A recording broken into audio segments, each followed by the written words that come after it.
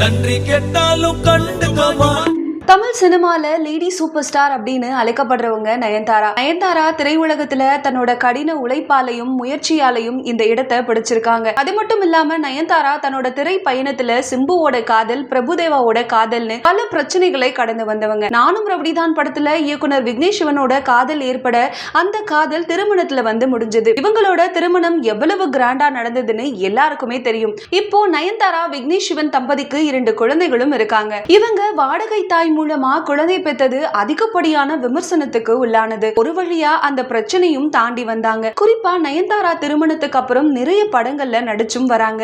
இப்போ நெட்ஃபிளிக்ஸ்ல வெளியாக இருக்கிற தன்னோட ஆவண படத்துல நயன்தாராவோட கணவர் விக்னேஷ் சிவன் இயக்கத்துல நயன்தாரா விஜய் சேதுபதி நடிச்ச தனுஷ் தயாரிச்ச படமான நானும் ரவுடிதான் பட காட்சிகளையும் பாடலையும் இடம்பெற வைக்கிறதுல சிக்கல் ஏற்பட்டிருக்கிறதாம். என்னோட திருமணத்தை டாக்குமெண்ட்ரியா நெட்ஃபிளிக்ஸ்ல ரிலீஸ் பண்ண போறேன் அப்படிங்கிறது எல்லாருக்குமே தெரிஞ்ச விஷயம் தான். அந்த நெட்ஃபிளிக்ஸ் டாக்குமெண்ட்ரியில என்னோட திருமணம் மட்டும் இல்லாம என்னோட திரை பயணத்தையும் காதல் வாழ்க்கையையும் அதோட சேர்த்து திருமணத்தையும் இணைச்சா ரொம்ப நல்லா இருக்கும் அப்படின்னு ஆசைப்பட்டதுனால திருமண வாழ்க்கையோட சேர்த்து இந்த திரை வாழ்க்கையும் சேர்த்து எடுக்கவே ரொம்ப லேட் ஆயிடுச்சு. 2 ஆண்டுகளுக்கு முன்னாடியே இந்த டாக்குமெண்ட்ரி ரிலீஸ் ஆயிருக்கணும். ஆனா என்னோட திரை வாழ்க்கையோட சேர்த்து என்னோட காதல் வாழ்க்கையும் திருமண வாழ்க்கையும் இணைக்கணும் அப்படிங்கிறதுனால தான் இவ்வளோ டைம் ஆயிடுச்சு.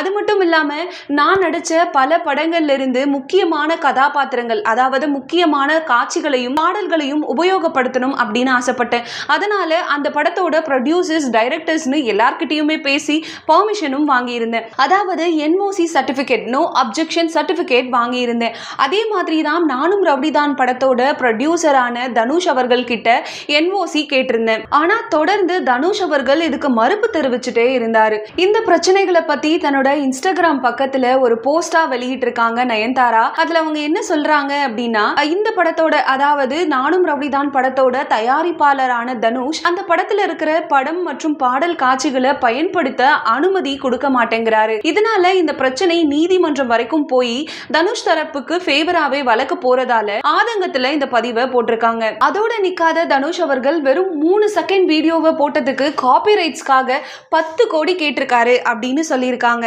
முக்கியமா அந்த படத்தோட பாடல்கள் மிகப்பெரிய ஹிட் ஆச்சு. அந்த படத்துல அந்த பாடல்கள் ஹிட் ஆகிறதுக்கு காரணமே என்னோட கணவர் விக்னேஷ் சிவன் தான். அவர் என் மீது இருந்த காதல்னால தான் அந்த பாட்டை அவ்வளவு அழகா எழுதி இருந்தாரு. ஒருவேளை அந்த பாடல் காட்சி உங்களுக்கு ஹிட் ஆகல அப்படின்னா என்ன பண்ணிருப்பீங்க அப்படிங்கிற மாதிரியும் கேள்விகளை எழுப்பி இருக்காங்க. அது மட்டும் இல்லாம என்ன மாதிரியான செல்ஃப் மேட் உமனுக்கு இது வந்து ஒரு பெரிய விஷயமா நான் பார்க்கல. இதை தாண்டி வர சக்தியும் எனக்கு இருக்கு அப்படின்னு சொல்லியிருக்காங்க.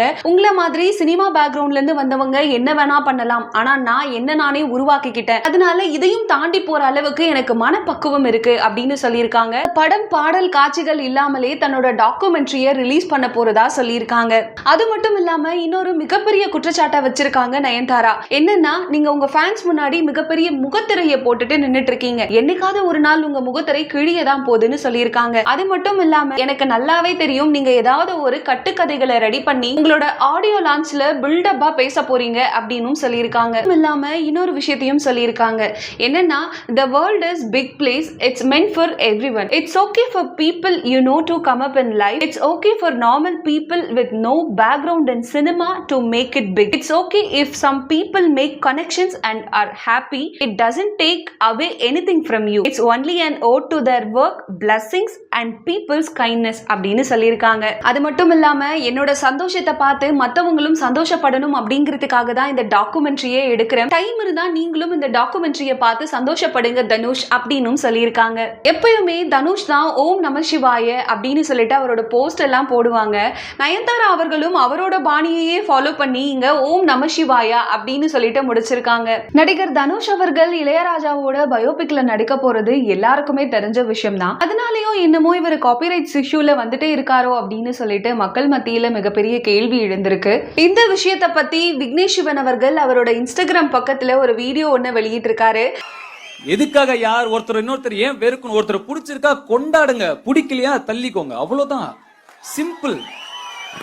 பெரிய ராஜதந்திரம் எல்லாம் கிடையாது. அதுல என்ன சொல்லியிருக்காரு அப்படின்னா, தனுஷ் ஆடியோ லான்ச்ல பேசின சில டைலாக்ஸை வச்சுட்டு முன்னாடி அவரோட நோட்டீஸை வச்சு வாழ விடு அப்படின்னு சொல்லியிருக்காரு. நயன்தாரா சைட்ல இருந்து ப்ராப்பரா ரெஸ்பான்ஸ் போல அப்படிங்கிறதுனால தான் தனுஷ் சைட்ல இருந்து ஆக்ஷன் எடுத்திருக்காங்க அப்படின்னு சொல்லப்படுது.